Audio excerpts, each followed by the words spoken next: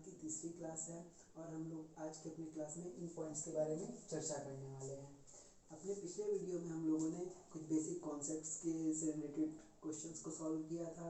मैं आशा करता हूँ आप लोगों को सारे क्वेश्चन समझ में आए होंगे और उन क्वेश्चंस में हमने कुछ पॉइंट्स को सीखा था। तो हमारा पहला उसमें पॉइंट क्या था? पहला पॉइंट ये था कि जीरो एक क्या है? सम संख्या है। जीरो क्या है? एक सम संख्या है। दूसरा पॉइंट हमारा क्या था कि किन्हीं भी दो संख्याओं का अंतर है ना, या फिर बोले कि किन्हीं भी दो परिमेय संख्याओं का अंतर या प्राकृतिक संख्याओं का अंतर सदैव क्या होगा? एक पूर्णांक होगा। किन्हीं भी दो परिमेय संख्याओं का अंतर सदैव क्या होगा? एक पूर्णांक होगा। यदि हम कभी भी किन्हीं भी दो परिमेय संख्या या प्राकृतिक संख्याओं को घटाएंगे तो हमें क्या मिलेगा? एक पूर्णांक मिलेगा। तीसरा पॉइंट हमें क्या मिला था? तीसरा पॉइंट हमें ये मिला था कि दो संख्याओं के बीच में अनंत परिमेय संख्याएं होती हैं। क्या मिला था? कि दो परिमेय संख्याओं के बीच में अनंत परिमेय संख्या होती है। एग्जाम्पल के लिए हमने क्या लिया? 0 और 1। 0 और 1 के बीच में कितनी परिमेय संख्याएं हैं? अनंत परिमेय संख्याएं हैं। यदि हम यही बोल दें 0 और 10 के बीच में कितनी परिमेय संख्याएं हैं, तो अनंत परिमेय संख्याएं हैं। कहने का मतलब ये हुआ कि दो संख्याओं के मध्य अनंत परिमेय संख्याएं होती है। और हमारा लास्ट पॉइंट क्या था? उसमें लास्ट ये पॉइंट था कि सबसे छोटी अभाज्य संख्या क्या है? सबसे छोटी अभाज्य संख्या हमारी 2 है और 2 एकमात्र सम संख्या है जो कि अभाज्य संख्या है। तो अब आइए समय को बिना बर्बाद किए अपने आज के टॉपिक के बारे में हम लोग चर्चा करते हैं कि हम लोग अपने आज के टॉपिक में पढ़ने क्या वाले हैं। तो हम सबसे पहले पढ़ने वाले हैं क्या? को प्राइम नंबर यानी कि सहअभाज्य संख्या। उसके बाद एडिटिव इनवर्स यानी योज्य प्रतिलोम, फिर मल्टीप्लिकेटिव इनवर्स यानी कि गुणात्मक प्रतिलोम, फिर रेसिप्रोकल यानी कि व्युत्क्रम, परवर्ती तथा पूर्ववर्ती संख्या और प्लेस वैल्यू यानी स्थानीय मान।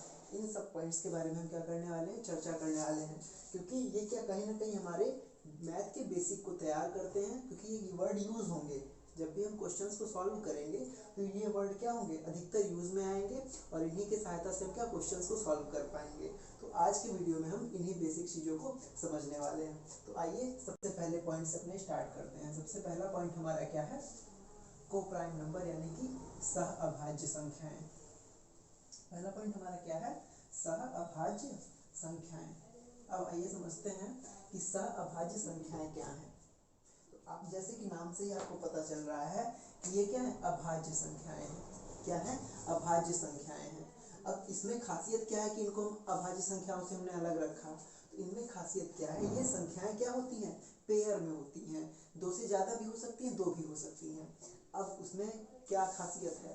तो ये ऐसी अभाज्य संख्याएं हैं जिनका HCF क्या है? HCF मतलब महत्तम समापवर्त कितना होगा? 1 होगा। एग्जाम्पल के लिए हम देख लेते हैं 3, 5 और 7। अब इनको जब हम देख रहे हैं, पहले हम 2 को ही देखते हैं, 7 को हम बाद में ले लेंगे। पहले हम 2 ही संख्याओं को देखते हैं। जब हम 3 का गुणनखंड करेंगे यानी 3 के फैक्टर निकालेंगे। फैक्टर मतलब होता है गुणनखंड, यानी कि ये 3 है, ये किस से कट जाएगा। तो वो 3 जिससे भी कटेगा वो संख्याएं क्या होंगी? इसी गुणनखंड होंगे। जैसे 3 किससे कटता है? 1 से कटता है और 3 से कटता है। इसके अलावा किसी से नहीं कटेगा। अब इसके 2 गुणनखंड बन रहे हैं, इसीलिए क्या ये अभाज्य संख्या है। ठीक, 5 किससे कटेगा? 1 से और 5 से। अब इन दोनों में कॉमन क्या आ रहा है? 1, यानी कि इसका HCF क्या हो जाएगा? 1 हो जाएगा। तो हम कह सकते हैं कि 3 और 5 क्या है? को प्राइम नंबर है, यानी कि सहअभाज्य संख्याएं हुई। अगर हम ये पे दूसरा एग्जांपल ले लें 5 का और 11 का, तो 5 भी क्या है? इसके भी 2 गुणनखंड बनेंगे, 1 और 5। 11 के भी कितने गुणनखंड बनेंगे? 1 और 11। अब इन दोनों में क्या कॉमन आ रहा है? 1, यानी इसका HCF कितना हुआ? यानी कि मसा कितना हुआ? इसका 1 हुआ। तो हम कह सकते हैं कि 5 और 11 क्या है? सहअभाज्य संख्याएं हैं।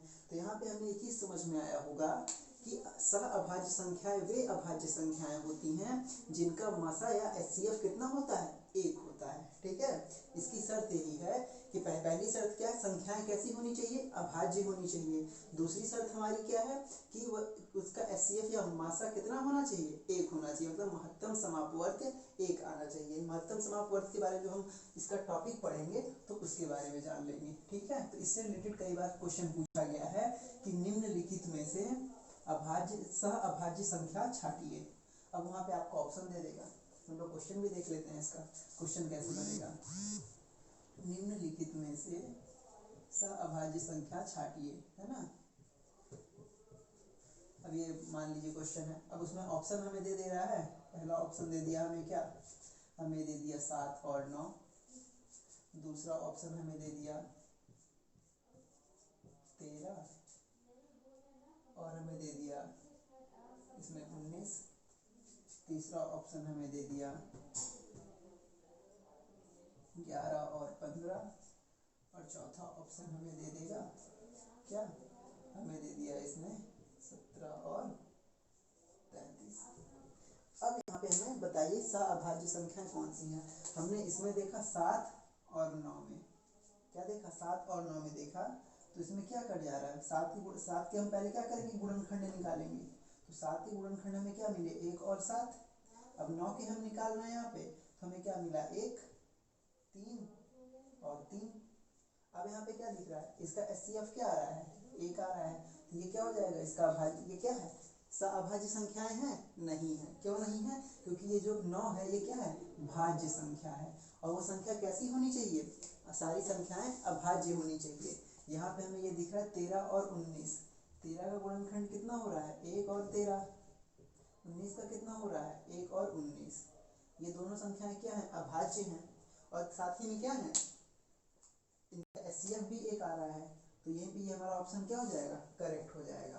तो ये आंसर हमारा क्या है, सही है। ठीक है, इस हिसाब से हमें ढूंढना है कि उनका एचसीएफ कितना होता है, सअभाज्य संख्याओं का 1 होता है। ठीक है, अब आइए हम लोग जानते हैं किसके बारे में, अपने नेक्स्ट पॉइंट के बारे में। क्या था, एडिटिव इनवर्स यानी कि योगात्मक प्रतिलोम। पूरा नहीं लिखता हूँ, आप लोग समझ लीजिएगा योगात्मक प्रतिलोम के बारे में। अब योगात्मक प्रतिलोम की एक शर्त होती है कि योगात्मक प्रतिलोम का क्या होता है, एक शर्त होता है, उसके बारे में जान लीजिए। इसका एक फॉर्मूला है। योगात्मक प्रतिलोम में फॉर्मूला क्या होता है कि किन्हीं भी दो संख्याओं का योग किसके बराबर होगा, 0 के बराबर होगा। तभी वो क्या होंगी, एक दूसरे की योगात्मक प्रतिलोम होंगी। ये इसका क्या है, मेन फॉर्मूला। योगात्मक प्रतिलोम होने के लिए शर्त है कि दोनों संख्याओं का योग किसके बराबर होना चाहिए, 0 के बराबर होना चाहिए। अब वो कब होगा, जब एक संख्या पॉजिटिव है, जैसे हमारी ये +2 है एक डिजिट, और दूसरी डिजिट क्या हो जाएगी, -2। जब इन दोनों को हम ऐड करेंगे तो क्या हो जाएगी, दोनों संख्याएं आपस में कट जाएंगी और क्या आ जाएगा, 0 आ जाएगा।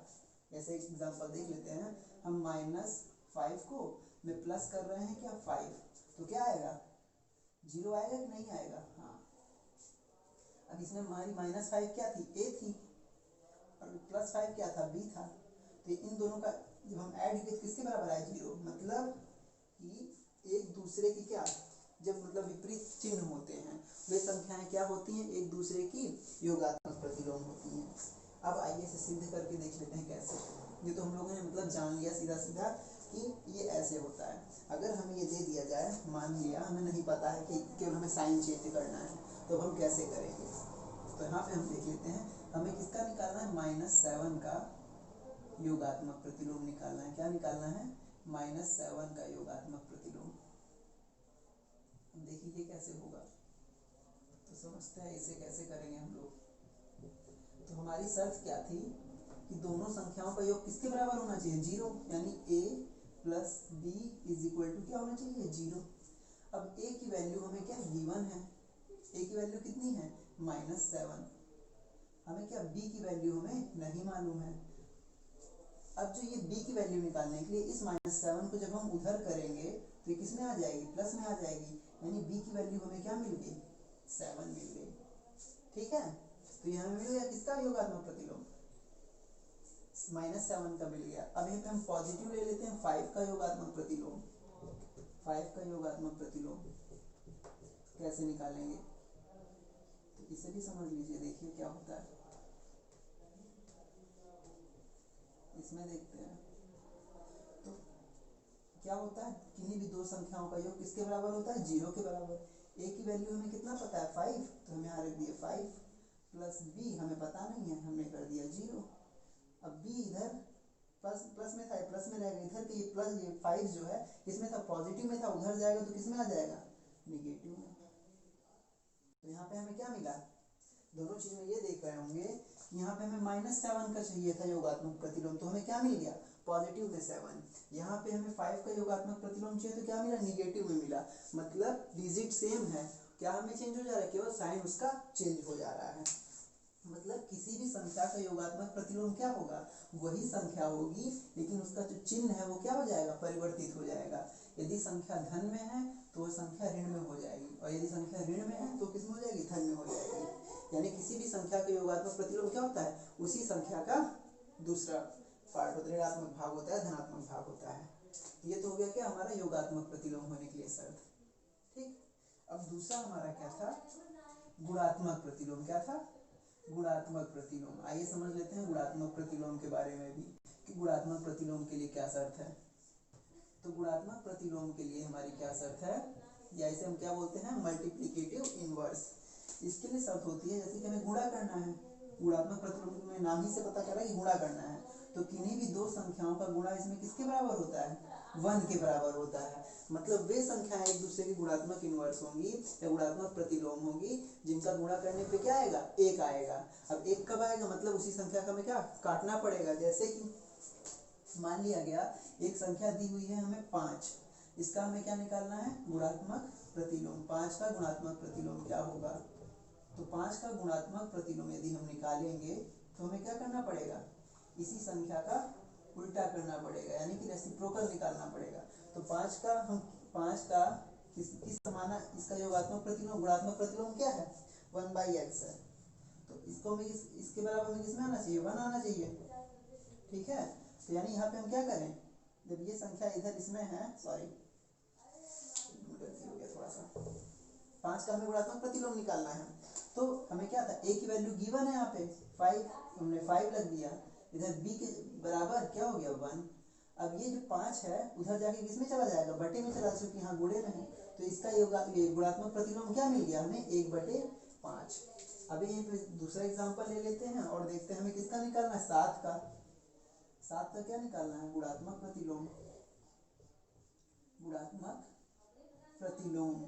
तो 7 का गुणात्मक प्रतिलोम कैसे निकलेगा, तो 7 के गुणात्मक प्रतिलोम के लिए हम क्या करेंगे, शर्त हमें मालूम है कि दो संख्याओं का गुणा किसके बराबर होना चाहिए, 1 के बराबर होना चाहिए। a की वैल्यू हमें कितनी गिवन है, 7, तो a की जगह पे हमने 7 रख लिया, b हमें पता करना है। अब ये जो यहाँ पे गुणे में है उधर किसमें चली जाएगी, बटे में चली जाएगी, इसका गुणात्मक प्रतिलोम क्या हो जाएगा, 1/7। अब हम यहाँ पे दोनों में क्या देख रहे हैं कि उस संख्या का गुणात्मक प्रतिलोम क्या, डिजिट क्या जा रही है, पलट जा रही है, क्या हो जा रही है, पलट जा रही है। और देख लेते हैं इसके एक आध एग्जांपल, ये दूसरे मेथड से समझ लेते हैं कि गुणात्मक प्रतिलोम में क्या हो रहा है। माना कि हमने यहाँ पे इतने जान गए कि दो संख्याओं का गुणा कितना होना चाहिए, 1 आना चाहिए, तभी वो क्या होगा, गुणात्मक प्रतिलोम। अब हम क्या करें ऐसा, इसमें किस चीज का गुणा करें कि यहाँ पे हमें 1 प्राप्त हो जाए, तो हमें क्या करना पड़ेगा, यदि हम यहाँ पे 7 लिख दें और नीचे 2 लिख दें, तो ये 2 इससे कट जाएगा, ये 7 इससे कट जाएगा, तो क्या हमें मिल जाएगा, 1 मिल जाएगा। तो फिर हम कह सकते हैं कि 2/7 का गुणात्मक प्रतिलोम क्या हो जाएगा, गुणात्मक प्रतिलोम 7/2 होगा। गुणात्मक प्रतिलोम 7/2 होगा। क्यों होगा, क्योंकि हमारी ये इस शर्त को पूरी कर रहा है, किस शर्त को, a × d = 1 को ये शर्त क्या कर रहा है, पूरी कर रहा है। यहीं पे यदि हम डिजिट बदल दें, हम डिजिट बदल के रख दें 5/7 का योगात्मक गुणात्मक प्रतिलोम, क्या 5/7 का गुणात्मक प्रतिलोम, तो यहाँ पे हमने क्या 5/3 ले लिया। ठीक, इसका हमें गुणात्मक प्रतिलोम निकालना है, तो गुणात्मक प्रतिलोम के लिए हमें क्या करना है, गुणा करना है, और ऐसी संख्या का गुणा करना है कि गुणा करने पे हमें क्या आ जाए, 1 मिल जाए। तो इस 3 को यदि हम ऊपर लिख दें और इस 5 को नीचे लिख दें, तो इस 5 से ये 5 कटेगा, इस 3 से ये 3 कट जाएगा, तो हमें क्या मिल जाएगा, 1 मिल जाएगा, जो कि इस शर्त को क्या करता है, पूरा करता है। तो हम क्या बोल सकते हैं, 5/3 का गुणात्मक प्रतिलोम क्या हो जाएगा, 3/5 हो जाएगा। तो मैं आशा करता हूँ आप लोगों को ये भी समझ में आया होगा कि गुणात्मक प्रतिलोम की अवधारणा क्या है। गुणात्मक प्रतिलोम में डिजिट क्या हो जाती है, पलट जाती हैं, इसमें हमारा चिन्ह नहीं चेंज होता है। और यहाँ पे रही बात चिन्ह की, तो इसमें एक देख लेते हैं -2/3 का गुणात्मक प्रतिलोम, तो इसका गुणात्मक प्रतिलोम क्या हो जाएगा, 3/-2, क्योंकि इस -2 से ये -2 कटेगा, इस 3 से ये 3 कटेगा। ठीक है, इसमें जिस संख्या के साथ जो चिन्ह रहेगा वही चिन्ह रहेगा, लेकिन क्या संख्याओं को हम क्या कर देंगे, पलट देंगे गुणात्मक प्रतिलोम के अंदर। तो ये 2 पॉइंट हमें क्या रखने पड़ेंगे, याद रखने पड़ेंगे। योगात्मक प्रतिलोम का क्या होता है, दोनों संख्याओं का योग किसके बराबर होना चाहिए, 1 के बराबर होना चाहिए, सॉरी 0 के बराबर। और गुणात्मक प्रतिलोम में क्या होता है, दोनों संख्याओं का गुणा 1 के बराबर होना चाहिए। ये तो हम लोगों ने क्या जान लिया, योगात्मक प्रतिलोम और गुणात्मक प्रतिलोम। अब हमारा अगला क्या था, व्युत्क्रम, यानी कि रेसिप्रोकल। व्युत्क्रम, किसी भी संख्या का व्युत्क्रम क्या होता है, यानी कि रेसिप्रोकल। तो इसका मतलब है उसी संख्या का जस्ट उल्टा, उस संख्या का क्या उल्टा। जैसे हमने लिख लिया 2 का व्युत्क्रम बताइए, तो 2 का व्युत्क्रम क्या हो जाएगा, इसी का उल्टा। इसका उल्टा क्या हो जाएगा, किसी भी संख्या के नीचे क्या होता है, हमेशा 1 होता है हर के रूप में। तो यहाँ पे 2 का उल्टा क्या हो जाएगा, 1/2 हो जाएगा। ये इसका क्या हो जाएगा, व्युत्क्रम हो जाएगा। अगर हम बोल दें 3 का, तो 3 का उल्टा क्या हो जाएगा, व्युत्क्रम। 3 का व्युत्क्रम क्या होगा, 1/3 होगा। ठीक है, और हम क्या देख रहे हैं, ये हमारा क्या व्युत्क्रम का हो गया कॉन्सेप्ट। ठीक, इसमें भी गुणा किसके बराबर होता है, 1 के बराबर होता है। किसके बराबर होता है, 1 के बराबर होता है। अब हम आगे क्या, हमारा अगला पॉइंट था, अगला पॉइंट था हमारा अनुवर्ती मतलब परवर्ती संख्या तथा पूर्ववर्ती संख्या। अब आइए इसको भी हम समझ लेते हैं। हम क्या ले लेते हैं, इसको समझने के लिए एक डिजिट ले लेते हैं। मान लिया वो डिजिट हमारी क्या है, 2। क्या है वो डिजिट, 2। अब हमें निकालना क्या है, इसका परवर्ती संख्या। क्या निकालना है, परवर्ती संख्या। परवर्ती का मतलब होता है आगे आने वाली संख्या। परवर्ती का मतलब क्या होता है, आगे आने वाली संख्या। मतलब कि किसी भी डिजिट में जब हम 1 ऐड करेंगे तो उससे परवर्ती संख्या हमें मिलेगी। क्या मिलेगी, परवर्ती संख्या। अब दूसरा क्या है, किसी भी डिजिट में जब हम 1 माइनस कर देंगे, क्या कर देंगे, 1 माइनस कर देंगे, तो हमें क्या मिल जाएगी, पूर्ववर्ती संख्या मिल जाएगी। अब यहाँ पे क्या है, परवर्ती और पूर्ववर्ती का मतलब, तो परवर्ती का मतलब हुआ आगे आने वाली संख्या, और पूर्ववर्ती का मतलब क्या हुआ, पीछे आने वाली संख्या, कि उससे पहले कौन सी संख्या आती है। ये तो चलो हमें समझ में आ गया। अब एग्जामिनर यहाँ पे करता क्या है, जब वो क्वेश्चन बनाता है तो इस परवर्ती की जगह पे कुछ और का यूज कर देता है। क्या यूज करता है, तो परवर्ती की जगह पे वो परवर्ती ना लिख करके क्या लिख देता है, अनुवर्ती संख्या।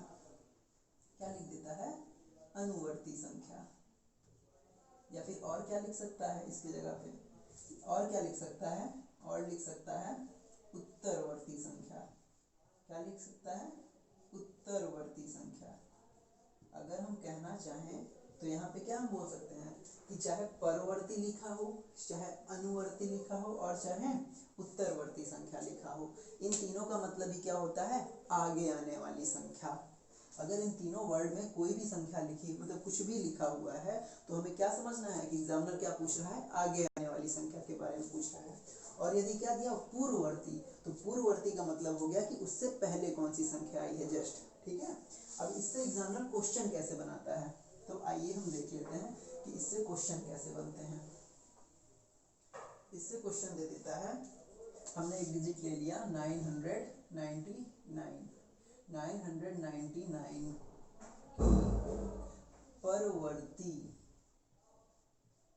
परवर्ती संख्या की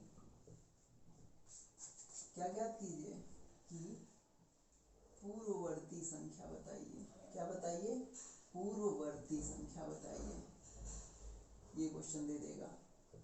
तो अब हमें क्या करना है, कैसे करेंगे। अब हमें यदि इसका कॉन्सेप्ट मालूम है कि परवर्ती संख्या क्या होती है, तो परवर्ती के मतलब से हम समझ गए क्या हमें करना है, +1 करना है। दूसरा, फिर उसके बाद क्या वर्ड यूज हो, पूर्ववर्ती, यानी अब हमें क्या कर देना है, -1 कर देना है। अब जैसे ही 999 में 1 ऐड करेंगे तो क्या हो जाएगा 1000, और 1000 में 1 माइनस करेंगे तो हमें क्या मिल जाएगा, 999। ये क्या हो जाएगा, इसका आंसर हो जाएगा। यही क्वेश्चन दूसरे तरीके से पूछा जा सकता है। दूसरा तरीका क्या होगा, तो दूसरा तरीका ये पूछ सकता है कि 999 की अनुवर्ती संख्या अनुवर्ती संख्या अनुवर्ती संख्या की अनुवर्ती संख्या बताइए, अनुवर्ती संख्या बताइए, क्या बताइए, अनुवर्ती संख्या बताइए। अब इसमें क्या होगा, इसमें हमें दिख रहा है कि अनुवर्ती का मतलब क्या होता है, आगे आने वाली संख्या, यानी +1 करेंगे, फिर अनुवर्ती संख्या यानी +1 करेंगे, तो यानी हमें 2 बार यहाँ पे वो प्लस करना पड़ेगा। तो इसमें करेंगे तो 1000 और फिर प्लस करेंगे तो क्या हो जाएगा 1001, यानी इसका आंसर क्या हो जाएगा 1001। ठीक है, तो एग्जामिनर क्या करेगा, इस टाइप से संख्याओं का यूज करता है और इस टाइप से क्वेश्चन बनाता है, जिसमें क्या कि आप लोग कंफ्यूज हो जाते हैं। डायरेक्ट आप एक ऐड करेंगे या फिर यहाँ पे पूर्ववर्ती दे देगा यहाँ पे, या फिर परवर्ती की परवर्ती दे देगा। ठीक है, यहाँ पे मान लीजिए इस तरीके से दे सकता था, परवर्ती ना करके क्या कर देता, पूर्ववर्ती कर देता। तो अब आपको क्या करना पड़ता है, यहाँ पे -1 करना पड़ता। तो यहाँ पे 999 में से क्या -1 और -1 2 बार घटेगा तो क्या आ जाएगा 997 आ जाएगा आंसर। ठीक है, तो इस हिसाब से एग्जामिनर क्या करता है, क्वेश्चन बनाता है, क्वेश्चन तैयार करता है। तो अब आपको इस चीज में क्या होना, नहीं कंफ्यूज नहीं होना है। अब आइए अपना अगला पॉइंट समझते हैं कि हमारा अगला पॉइंट क्या होता है। तो अगला पॉइंट हमारा क्या है, स्थानीय मान यानी कि प्लेस वैल्यू। क्या, place value, place value of a digit, place value, या फिर हम बोल सकते हैं क्या इसको, स्थानीय मान। ये क्या होता है, तो किसी भी संख्या का स्थानीय मान उसके स्थान पर डिपेंड करता है कि वह डिजिट किस नंबर पर रखी हुई है, उसका स्थान क्या है। ठीक है, तो प्लेस वैल्यू किसी भी डिजिट के स्थान को शो करती है। मान लीजिए हमने ग्रुप ऑफ नंबर लिखा हुआ है, हमने नंबर लिख दिया 7 9 3 2 1। अब इसमें हमसे पूछ लेगा जितने भी इसमें वैल्यू लिखी हैं सबका अलग अलग क्या है, मान है, सबका क्या है, अलग अलग मान है और सबका अपना अलग अलग महत्व है। तो अब आइए इसमें हम देखते हैं कि सबसे जो दाहिनी ओर संख्या लिखी हुई है, क्या, जो सबसे दाहिनी ओर संख्या लिखी हुई है, किसी भी ग्रुप ऑफ नंबर्स में जो सबसे दाहिनी साइड संख्या लिखी होती है उसको हम क्या बोलते हैं, इकाई बोलते हैं। क्या बोलते हैं, इकाई बोलते हैं। ये कौन सी है, इकाई संख्या है। ये इसलिए जान लीजिए क्योंकि अभी हम लोग क्या, जब इकाई का अंक ज्ञात करेंगे तो ये हमें बहुत ही इंपॉर्टेंट रोल अदा करेगा। तो याद रखिए किसी भी ग्रुप ऑफ नंबर्स में जब नंबर लिखे होते हैं तो जो सबसे दाहिनी ओर की संख्या होती है वो क्या कहलाती है, इकाई कहलाती है। अब जैसे ही मान लीजिए कोई संख्या यहाँ पे है, उससे हम क्या, जैसे ही हम इधर जाएंगे, दाहिनी साइड जाएंगे, मतलब लेफ्ट साइड जाएंगे, ठीक है, बाएं साइड जाएंगे, तो क्या हमें मिलेगी, हम उस संख्या में क्या करेंगे, वो संख्या 10 गुना होती जाएगी अपने से। जैसे यहाँ पे क्या इकाई है, फिर क्या है यहाँ पे दहाई है, फिर क्या हुआ सैकड़ा हुआ, क्या हुआ सैकड़ा, फिर हमें क्या मिला, ये हो गया 1000। ये क्या, इसके स्थानीय मान है, ये क्या हो जाएगा 10,000। इस तरह करके जैसे जैसे अपने दाहिनी ओर बढ़ती जा रही तो क्या 10 गुना से इकाई था, गुना 10 हुआ दहाई हो गई, फिर गुना 10 हुआ सैकड़ा हो गया, फिर गुना 10 हुआ 1000 हुआ, फिर गुना 10 हुआ 10,000 हुआ। मतलब जैसे ही हम इकाई से इधर साइड दाएं साइड मतलब बाएं साइड खींचते हैं तो हमें क्या मिलता जाता है, वह 10 गुना वह संख्या होती जाती है। और जैसे जैसे हम बाएं साइड जाएंगे तो उस संख्या में क्या 10 का डिवाइड होता जाएगा। जैसे हमने यहाँ पे लिख रखा था क्या, यहाँ पे हमारी जैसे थी वंस, फिर टेंस और ये 100, हमें यहीं तक देख लेते हैं, इकाई दहाई और सैकड़ा। हमने यहाँ पे लिख लिया 232 लिखा, यहाँ पे इस संख्या के मान के ये इकाई की जगह पे है। ठीक, जब हम इधर गए तो क्या हो जाएगा, ये दहाई मिली, यानी इसका 10 का गुणा हो गया इकाई में। अब हमने यहाँ पे क्या देखा, जैसे अगर ये संख्या से हम इधर जा रहे हैं, दहाई से अगर हम अपने राइट साइड जा रहे हैं तो क्या इसमें 10 का क्या हो जाएगा, भाग हो जाएगा। समझने के लिए ऐसे समझ लीजिए कि जब भी हम स्थानीय मान बचपन में निकालते थे हमें क्या 2 का गुणा 1 में कराया जाता था, तो इस संख्या में क्या मिल जाती थी 2। जो संख्या दहाई के स्थान पे रहती थी उसमें हमें किसका गुणा करना रहता था 10 का, तो क्या हो जाएगी इसका स्थानीय, ये इस 20 हो गया। अब ये इधर जाएंगे, फिर सॉरी इधर 3 था, अब इधर 2 में गए, फिर क्या 100 का गुणा करना रहता था, तो क्या हो जाता था, 200 में मिल जाता था। तो हम क्या देख रहे हैं, जैसे जैसे हम इधर साइड जा रहे हैं, मतलब इधर लेफ्ट साइड जा रहे हैं, तो हमें क्या गुणा 10 होता जा रहा है। अगर हम इसी चीज को हम ऐसे देखें कि अगर हम इधर से जाएं, ठीक है, तो अब क्या देख रहे हैं, पहले 100 था, उसमें 10 का भाग हुआ तो वापस 10 मिल गया, अब इसमें 10 का भाग हुआ तो हमें क्या मिल गया, 1 मिल गया। मतलब जब भी किसी संख्या से हम किधर साइड, लेफ्ट साइड जाते हैं, तो उसमें क्या हो जाएगा, मतलब 10 का गुणा होता जाता है उसके मान, स्थानीय मान में। और जैसे ही हम उसके क्या राइट साइड जाते हैं, तो उसमें क्या होता है, 10 का भाग होता जाता है। ठीक, उसकी स्थानीय मान की वैल्यू क्या होती जाती है, चेंज होती जाती है। तो ये आपको स्थानीय मान समझ में आया होगा। और प्रत्येक संख्या का स्थानीय मान क्या होता है, अलग अलग होता है। इससे रिलेटेड क्वेश्चन पूछा जाता है, कोई भी संख्या दे दी जाती है, मान लीजिए हमने यहाँ पे संख्या ले लिया 6 2 4 6। अब पूछ लेगा कि इसमें 9 और 4 के स्थानीय मान का अंतर बताइए। क्या बोलेगा कि 9 तथा 4 के स्थानीय मान में अंतर बताइए। स्थानीय मान का अंतर बताइए, क्या बोल देगा, अंतर। ये पूछ लेता है एग्जामिनर इस संख्या में। तो अब हमें क्या दिख रहा है, हम यहाँ से गिनेंगे इकाई, दहाई। 4 किस पे है, दहाई पे, यानी 4 का मान क्या हो जाएगा, 4 में हमें 10 का गुणा करना है, तो हमें 4 की वैल्यू क्या मिल गई, 40। अब यहाँ पे 9 इकाई, दहाई, सैकड़ा, हजार, 9 की वैल्यू हमें क्या मिली, यानी 9 में 1000 का गुणा करना रहेगा, तो हमें क्या मिल जाएगी, 9000। अब इसका क्या करना है, दोनों का अंतर, तो 9000 में से हम क्या करेंगे, 40 को घटा देंगे, तो हमें क्या मिलेगा, 0 से 0 कट जाएगा, या फिर सीधा सीधा ले लीजिए, क्या मिला हमें, 8900 सॉरी 8960। क्या मिला, 8960। ये क्या हो जाएगा, इसका अंतर हो जाएगा। ठीक है, समझ में आया। तो इस हिसाब से क्वेश्चन स्थानीय मान के ऊपर पूछे जाते हैं। अब यहीं पे एक चीज आ जाती है, क्या, जातीय मान। क्या आता है, जातीय मान। अब जातीय मान के लिए देख लीजिए, जातीय मान को हम लोग इंग्लिश में बोलते हैं क्या, face value. Face value, face value का मतलब हो जाता है जातीय मान। कोई संख्या किसी भी स्थान पे रहे, उसका जातीय मान कभी नहीं परिवर्तित होता, वही होता है। जैसे हमने एक यहाँ पे डिजिट ले ली 565, ये हमने ले ली, ठीक है। यहाँ पे यदि हम 5 का स्थानीय मान पूछें, तो 5 का स्थानीय मान यहाँ पे क्या हो जाएगा, 5 × 1 = 5। और यहाँ पे भी 5 है, ये किस जगह पे है, 10 गुना, इधर गया 100 गुना हुआ है ना। तो यहाँ पे इसका क्या, 5 का देखिए 2 मान मिल रहे हैं, ये थे क्या, 5 के स्थानीय मान।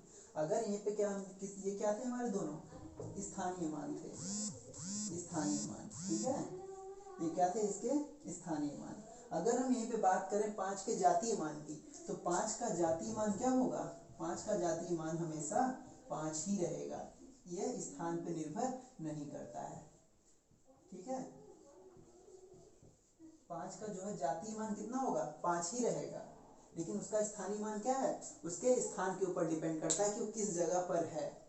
स्थानीय मान हमेशा क्या होता रहता है, चेंज होता रहता है, लेकिन जो हमारा जातीय मान होता है वो कभी चेंज नहीं होता, वो हमेशा वही रहता है। ठीक है, तो ये तो क्या थे हमारे कुछ बेसिक पॉइंट्स। तो आज की वीडियो में बस इतना ही। अगर आप लोगों को कोई डाउट है तो प्लीज़ कमेंट बॉक्स में कमेंट करिएगा, और आपको हमारा वीडियो का सेशन कैसा लगा प्लीज़ ज़रूर बताइएगा। आज के लिए इतना ही, थैंक यू।